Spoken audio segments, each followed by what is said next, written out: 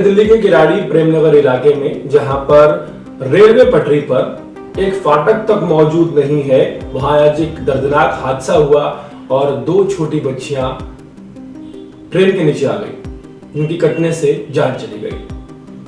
बच्चों में एक बच्ची जो कि 8 साल की है, उसका नाम शाहिस्ता परवीन बताया जा रहा है। दूसरी बच्ची उसके साथ थी, उसकी डिटेल्स आनी बाकी हैं। और इस पूरे विवाद में जो बच्चियों के परिजन हैं और जो स्थानीय लोग हैं, वो बच्चियों के शव को लेकर पटरी पर बैठे रहे। ट्रेन काफी देर तक रुकी रही।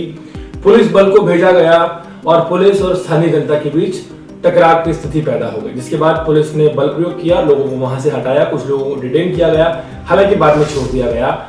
लेकिन यह पूरा विवाद सरकार की नाकामी का एक प्रत्यक्ष उदाहरण है। योगेंद्र चंदोलिया जो हजारों करोड़ों रुपए की बात करते हैं, जिस वक्त उन्हें चुनाव जीतना होता है, लेकिन जब चुनाव जीत जाते हैं उसके बाद बड़ी बड़ी बातें तो छोड़ दीजिए, एक फुटओवर ब्रिज या अंडरपास तक नहीं बनवा सकते लोगों को। देश के प्रधानमंत्री ने इस बड़े प्रोजेक्ट को, जो बहुत बड़े अमाउंट का है, अमाउंट कोई महत्व नहीं रखता, लोगों को सुविधा देने का काम जो लोगों के मन में था कि नरेला में मेट्रो आएगी या नहीं आएगी, बवाना में मेट्रो आएगी या नहीं आएगी, उस मेट्रो को नरेंद्र मोदी जी ने सौगात दी है।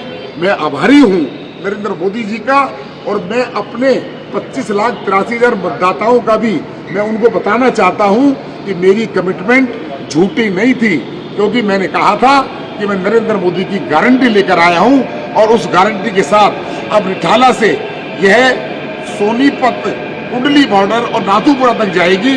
उसके बीच में 21 स्टेशन हैं, इसमें बवाना भी है, इंडस्ट्रियल एरिया भी है, जय कॉलोनी भी। ये बात बहुत ज्यादा हैरान करती है, और सबसे ज्यादा हैरत की बात यह है कि ये जो रेल की पटरियां हैं, यहाँ पर एक फाटक तक नहीं है, ताकि जब लोग निकल रहे हों तो उसे रोका जा सके। एक वीडियो आप गौर से देखिए। इस वीडियो में देखिए लोग कैसे बिना किसी सुरक्षा सावधानी के इन पटरियों के पास खड़े हैं। ट्रेन निकलती है और लोग उसे पार करते हैं। और ये जो मुद्दा है, ये सरकार के संज्ञान में आज से नहीं है।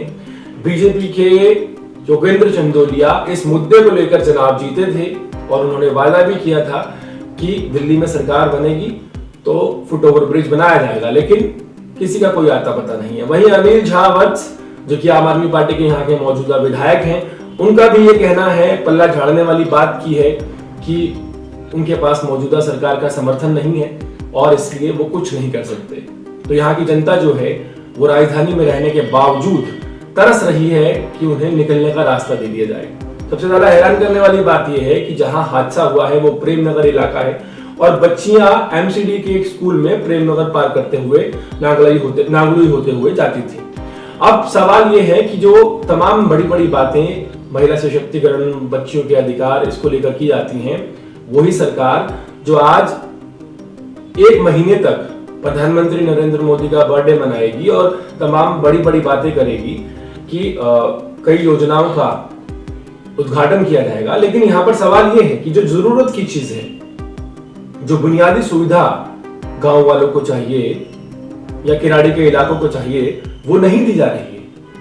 और सोचिए, किसी गांव से भी बदतर हालात प्रेमनगर के कर दिए गए। प्रेमनगर के जो स्थानीय निवासी हैं वो सैकड़ों की तादाद में नहीं, हजारों की तादाद में इन पटरियों से गुजरते हैं। अगर आप गौर से इस वीडियो को देख पा रहे हैं तो आप अंदाजा लगा सकते हैं कि कितने हजार लोग अपनी जिंदगी को रिस्क में डालकर रोज ये पटरियां पार करते हैं। और ऐसा भी नहीं है कि सरकार के पास इसका ज्ञापन नहीं है या संज्ञान में नहीं है। सरकार अच्छी तरह जानती है कि यहाँ की जनता की एक डिमांड है, जो कि बहुत जायज डिमांड है। एक छोटा सा फुटओवर ब्रिज तो शायद कुछ लाखों में तैयार हो जाएगा, वो तक तैयार करने को सरकार क्यों तैयार नहीं है, ये एक बड़ा सवाल है। आज 2 मासूम बच्चियां अपनी जान से हाथ धो बैठी हैं और ये एक चिंतनीय विषय है। उसके बाद पुलिस से लोगों का, स्थानीय लोगों का टकराव हुआ, पुलिस ने बल प्रयोग किया। जिम्मेदारी किसकी है? एक सोई हुई सरकार की, तो चुनाव जीतने के बाद सिर्फ फोटो सेशन में लगी हुई है। प्रेमनगर का ये मामला अभी संज्ञान में नहीं आया है। अगर आप बात करें तो तकरीबन 1 हफ्ते पहले भी वहां के स्थानीय लोगों ने प्रदर्शन किया था और विरोध प्रदर्शन भी किया था, जिस वक्त 2 दीवारें पटरियों के साथ लगती हुई बाउंड्री पर बना दी गई थी, रास्ता बंद करने की कोशिश की जा रही थी। लोगों का सवाल था कि आखिर वो किस तरह से आवागमन करेंगे।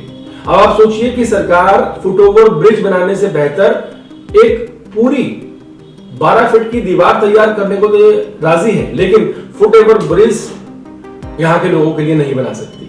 तो यहां पर जो लापरवाही सामने आई है वो साफ दर्शाती है कि कहीं ना कहीं सरकार के निकम्मेपन की जो कीमत है 2 मासूम बच्चियों की जिंदगी जाने के बाद उन्होंने चुकाई है। और ये महज खतरा टलने वाली बात नहीं है, खतरा बदस्तूर बना हुआ है। अभी भी वहां से हजारों लोग क्रॉस कर रहे होंगे। और हैरानी की बात यह है कि आज जब यह हादसा हुआ, एक ट्रेन जा रही थी, एक मालगाड़ी अचानक से आती है बिना हॉर्न दिए और बच्चियां उसके नीचे दबकर कट जाती हैं। सरकार से कोई सवाल करने वाला नहीं, सवाल का जवाब लेने वाला नहीं। और हैरानी इस बात की है कि लोग तमाम तरह के प्रदर्शन कर रहे हैं, गुहार लगा रहे हैं, लेकिन सरकार के कान पर जू नहीं रेंग रही। तो प्रेम नगर के जो निवासी हैं, किराड़ी के जो निवासी हैं, जो लोग अमन विहार थाना अंतर्गत इस इलाके में रहते हैं, वो हजारों की तादाद में हैं और उम्मीद करते हैं कि सरकार इनके लिए फुटओवर ब्रिज बनाए, इनके लिए अंडरपास बनाए या एटलीस्ट वहां पर एक फाटक बना दे जिससे इस तरह की दुर्घटनाओं से बचा जा सके।